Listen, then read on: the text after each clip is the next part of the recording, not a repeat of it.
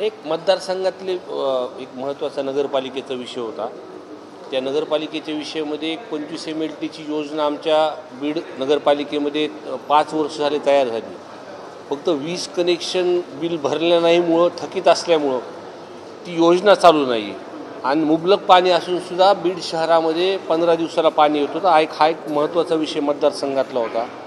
नंतर संतोष अण्णा देशमुख यांच्या ज्या प्रकरणामध्ये काही विषय बोललो, आंतरवली सराटीला मनोजदादा जरांगे पाटील हे उपोषणाला बसलेले आहेत। दुसऱ्या दिवशी एक आमदार म्हणून त्यांना भेट दिली, तेही त्यांच्या कानावरती टाकलं।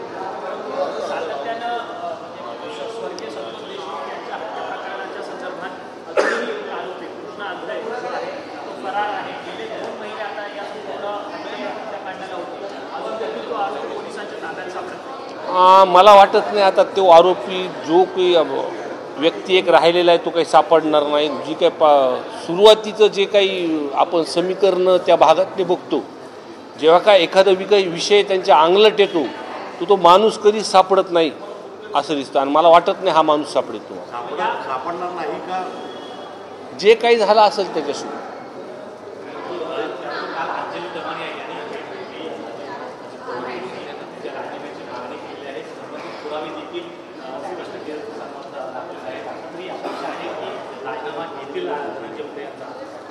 मी अजितदादांच्या नेतृत्वाखाली काम केलेलं आहे। ज्या पद्धतीने दादाचा स्वभाव आहे, एखादी चुकीची गोष्ट झाली असेल तर ती दादाला पटत नाही आणि ज्या पद्धतीने तपास जेव्हा सर्व आमदारांनी सभागृहामध्ये मांडल्यानंतर सरकारमार्फत मुख्यमंत्री असतील उपमुख्यमंत्री असतील ज्या पद्धतीने बोलले, तिथे SP ची बदली झाली आणि SP ची बदली झाल्यानंतर जी काही कारवाई तिथं होतीये, 2 नंबरचे उद्योग असतील, अनेक गोष्टी, मग काही लोक अटक झाली, ह्याच्यामध्ये आपल्याला तिथं विरोधी वाकावरती जरी असलं तर ह्या गोष्टी आपल्याला बोलायला पाहिजे तिथं। पण फक्त जे मास्टर माइंड वाल्मिक कराड आहे, मी सुरुवातीपासून हा विषय जो बोलतोय की फक्त त्या संदर्भात तिथं आलं की कुठं ना कुठं तरी VIP ट्रीटमेंट त्यांना दिल्या जाते।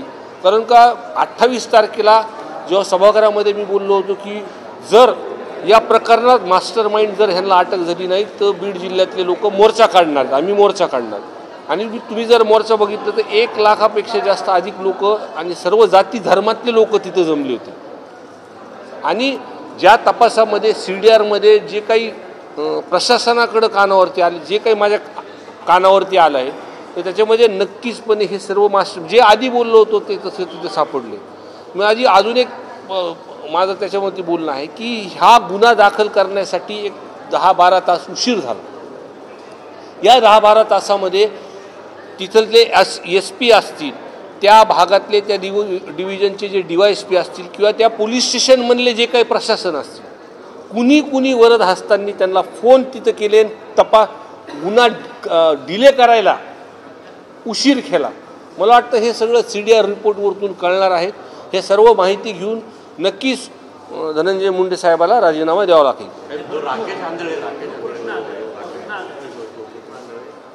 तो सापडणार नाहीये, बराच दिवस गॅप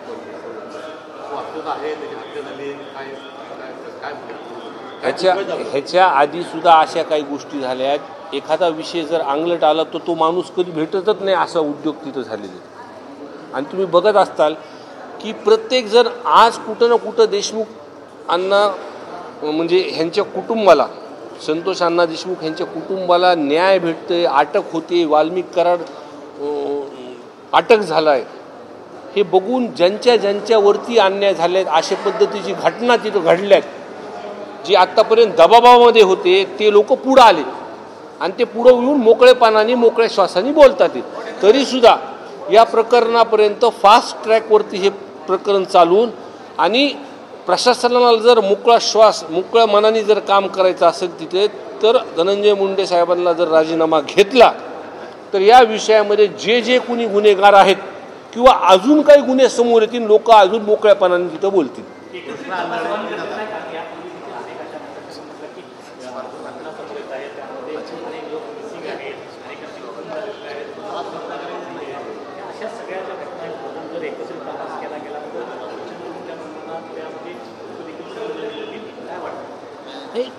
बघा, त्यांना कुणी एक तर बोलायला लावत नाही आहे, रस्त्यावरती ज्या पद्धतीने लोक उतरतात ते कुणी त्यांना गाड्या काय आणायला काही साधनं काही देत नाही.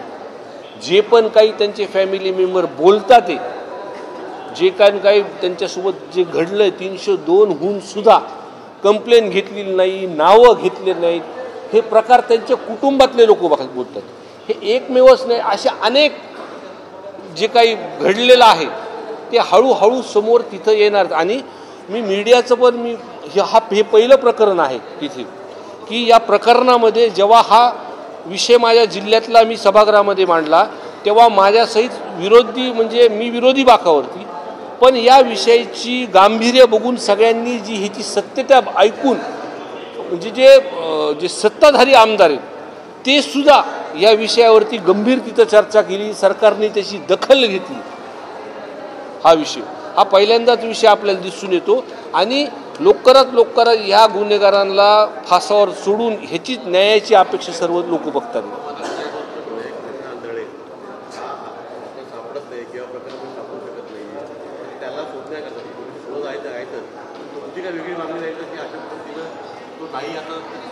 परदेशात गेलेला आहे किंवा काही त्याचा मृत्यू झालेला आहे, तुमचा संशय काय आहे?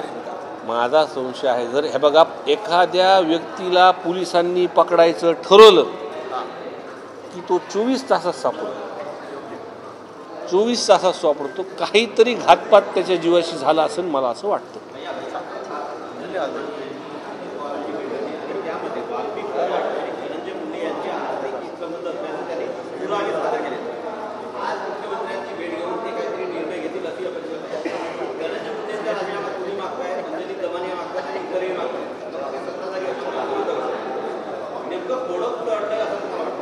बघा अंजलीताईंनी जे काही डॉक्युमेंट्स दिलेत, वस्तुस्थिती त्या ज्या पदावरती म्हणजे सामाजिक ह्याच्यावरती काम करतात, काहीतरी तथ्य त्या डॉक्युमेंटमध्ये असणार असं तर काही म्हणजे काहीतरी द्यायचं म्हणून असं झालं नसेल. काहीतरी वस्तुस्थिती ट्रान्झॅक्शनमध्ये वाल्मिक अण्णा कराड असतील किंवा धनंजय मुंडे साहेबाच्या ह्याच्यामध्ये असतील.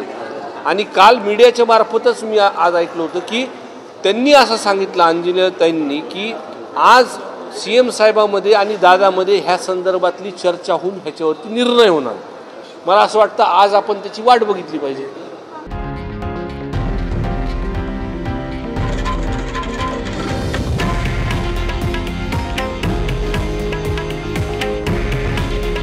हे आहे देशातील नंबर 1 न्यूज नेटवर्क आणि आपण पाहत आहात TV9 मराठी.